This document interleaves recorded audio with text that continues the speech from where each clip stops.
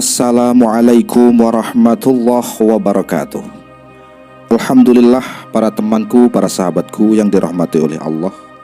Imam Abu Hanifah yang wafat tahun 767 Masehi bernama lengkap Nu'man bin Thabit, seorang ulama fiqih generasi paling awal yang merupakan pendiri mazhab Hanafi.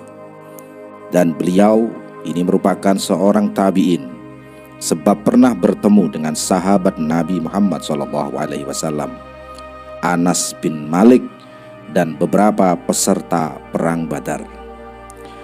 Beliau ini lahir di Kufah pada abad 1 Hijriah dan meninggal di Baghdad pada abad 2 Hijriah. Imam Abu Hanifah tidak hanya ahli di bidang fikih, tetapi juga ilmu tauhid, ilmu kalam atau teologi.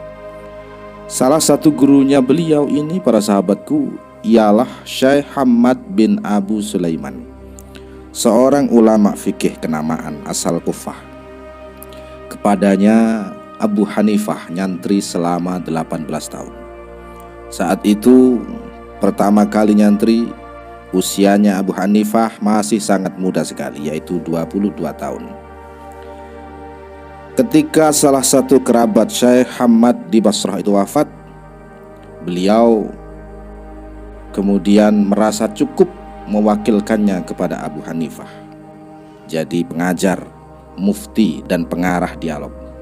Ketika mengemban tugas itulah Imam Abu Hanifah mendapati banyak pertanyaan datang kepadanya.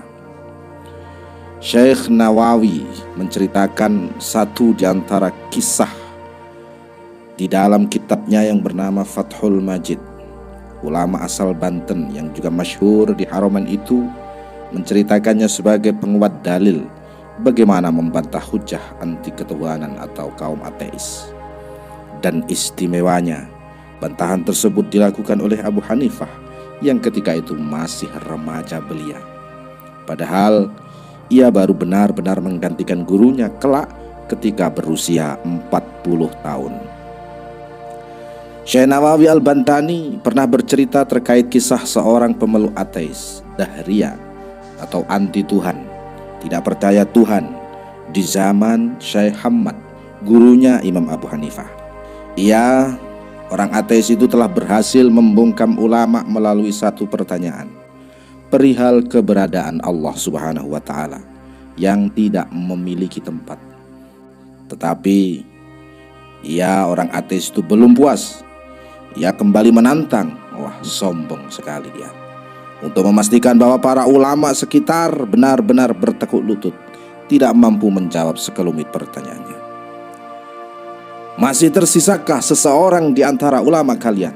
Tanyanya menantang.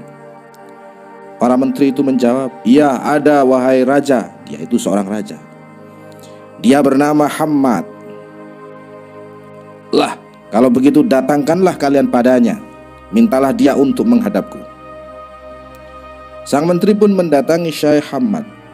Mereka meminta beliau untuk segera menghadap sang raja yang ateis itu, raja yang tidak percaya Tuhan. Tetapi Syekh Hamad memahami duduk perkaranya, sehingga meminta waktu senggang semalam. Beliau memahami betul bahwa ulama lainnya telah keok di hadapan sang raja. Pagi harinya sebelum berangkat, ia menghadap Abu Hanifah, murid kesayangannya. Ketika itu usia Abu Hanifah masih muda sekali. Kenapa Anda kelihatan putus asa, guruku? Tanya Abu Hanifah ketika menghadapi gurunya yang sangat murung, seakan menyimpan beban besar. Wah, bagaimana mungkin aku tidak berputus asa, sedangkan aku diminta menghadap raja ateis yang para ulama telah bungkam oleh pertanyaan-pertanyaannya. Selain itu, aku mimpi tidak enak semalam. Terang Syekh Hamad. Apa itu wahai guru? Tanya Abu Hanifah penasaran. Aku melihat rumah yang luas dan penuh hiasan, yang tertanam di dalamnya pohon-pohon berbuah. Lalu dari sudut rumah itu keluarlah babi dan memakan buah, daun dan dahannya, hingga tak tersisa apapun kecuali ujung bawah batangnya. Tak lama Dari batang itu muncullah singa dan membunuh babi itu. Wahai guruku, kata Abu Hanifah, Allah Subhanahu wa ta'ala telah mengajariku ilmu ta'bir mimpi. Mimpimu ini baik untuk kita dan buruk untuk musuh-musuh kita. Maka jika engkau izinkan saya menafsirkannya, saya sungguh akan melakukannya. Tafsirkanlah mimpi itu, hai Nu'man, sahut Syekh Hamad tidak sabar. Abu Hanifah pun mulai mengartikan mimpi gurunya. Rumah yang luas dan penuh hiasan adalah Islam. Pohon-pohon berbuah ialah para ulama. Ujung batang yang tersisa di situ adalah engkau. Babi adalah sang raja ateis dan singa yang membunuhnya adalah saya. Maka berangkatkanlah engkau dengan membawa saya. Dengan begitu, berkat keistimewaan dan kemuliaanmu, saya memiliki kesempatan untuk berbicara dengan raja itu. Syekh Hamad sang guru senang bukan main. Beliau pun mendatangi tempat perjanjiannya dengan para menteri. Mereka pun datang, dan para hadirin berkumpul bersama Syekh Hamad. Sementara itu Abu Hanifah berada di bawahnya sambil mengangkat sepatunya dan sepatu gurunya. Karena keramiknya mahal, kotor, jadi melepaskan sandalnya atau sepatunya. Sang raja pun tiba dan langsung menuju singgasana. Mana ulama yang mampu menjawab pertanyaanku? Tantang sang raja itu. Suasana hening, apalagi ulama yang lain. Bahkan Syekh Hamad sendiri pun juga belum menjawab. Apa-apaan ini? Bertanyalah, akulah orang yang mampu akan menjawab pertanyaanmu.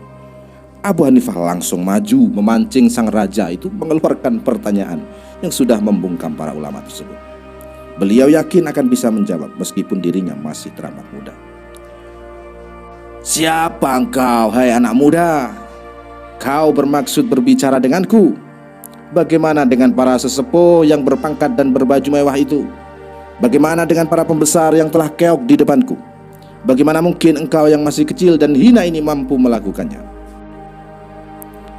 Allah tidak meletakkan kemuliaan untuk para pembesar atau yang berbaju mewah. Allah meletakkannya untuk para ulama, jawab Abu Hanifah. Lah, jadi engkau mau menjawab pertanyaan-pertanyaanku? Tegas sang raja. Abu Hanifah mengangguk.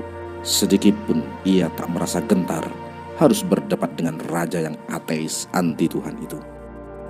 Di sisi lain, ia sangat yakin dengan mimpi gurunya sebelum berangkat bahwa ialah pemenangnya nanti. Ia pun mulai terlibat perdebatan, tanya jawab sengit dengan sang raja. Pertanyaan pertama, apakah Allah itu ada? Tanya sang raja. Iya, jawab Abu Hanifah. Lah, di mana dia? Dia tidak memiliki tempat berdiam.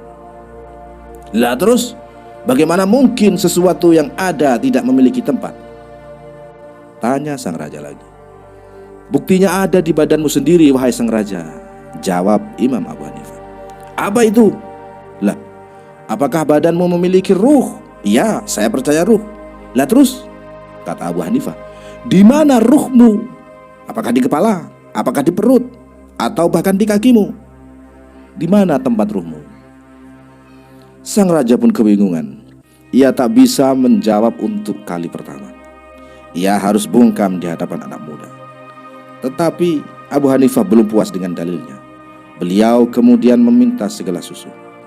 Setelah susu dihidangkan, Abu Hanifah kemudian bertanya, apakah susu ini memiliki lemak, wahai raja? Iya, jawab sang raja. Di mana tempat lemaknya? Di atas atau di bawah susu ini? Abu Hanifah lantas menimpali, sebagaimana ruh tak dijumpai di tempatnya, sebagaimana juga susu tak diketahui tempat lemaknya, Allah tidak memiliki tempat di alam semesta. Lah terus, apa yang ada sebelum Allah dan sesudahnya? Tanya raja untuk kedua kalinya kepada Abu Hanifah. Tidak ada sesuatu apapun di depan maupun di belakangnya. Bagaimana mungkin tergambar di pikiranku sesuatu tak memiliki awal dan akhir? Lah, dalilnya juga ada di badanmu, jawab Abu Hanifah. Apa itu? Sang raja bertanya. Apa yang ada sebelum ibu jari dan sesudah jari kelingkingmu? Setelah dilihat, tak ada apapun sebelum ibu jari dan setelah kelingkingku, jawab sang raja. Maka Seperti itulah Allah. Tidak ada sesuatu di depan ataupun di belakangnya, sebelum maupun sesudahnya. Jawab Imam Abu Hanifah muda. Sang raja belum puas. Dia kemudian berkata, masih ada satu pertanyaan lagi. Akan saya jawab, wahai paduka, insya Allah. Apa pekerjaan Allah sekarang? Hahaha, kamu pasti tidak bisa menjawab. Mendengar pertanyaan terakhir itu, Abu Hanifah tidak langsung menjawab. Kemudian beliau, Imam Abu Hanifah, langsung memberikan jurus-jurus terakhir. Wahai raja, engkau terbalik. Seharusnya yang menjawab itu ada di atas singgasana dan yang bertanya berada di bawahnya. Saya akan menjawab seandainya kau bersedia turun. Sang raja pun akhirnya turun dari singgasana mengiyakan. Dan Abu Hanifah ganti menduduki singgasana sang raja. Ketika beliau duduk di atas mimbar, raja mengulang pertanyaan tadi.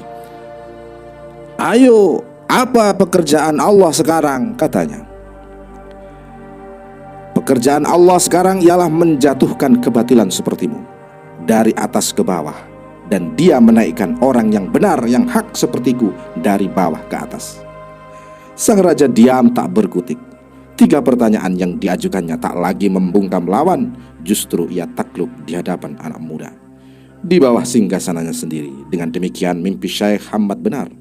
Melalui keistimewaan nalarnya itu, kelak Abu Hanifah dikenal sebagai imam mazhab paling rasional ketimbang para imam sesudahnya, Imam Malik, Syafi'i, dan Ahmad bin Hanbal. Wallahu a'lam bishawab. Wassalamualaikum warahmatullahi wabarakatuh.